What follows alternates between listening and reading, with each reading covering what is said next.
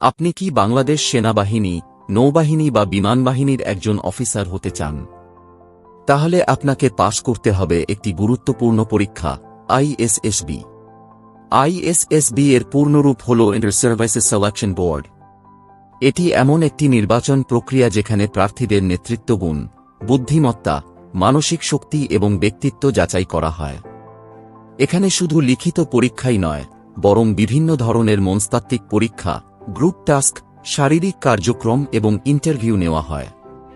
এসব পরীক্ষার মাধ্যমে বোঝা হয় একজন প্রার্থী সামরিক বাহিনীর অফিসার হওয়ার জন্য কতটা উপযুক্ত। বাংলাদেশে বর্তমানে আইএসএসবি পরীক্ষাটি ঢাকায় অনুষ্ঠিত হয় এবং সাধারণত কয়েকদিন ধরে এই পরীক্ষা চলতে থাকে।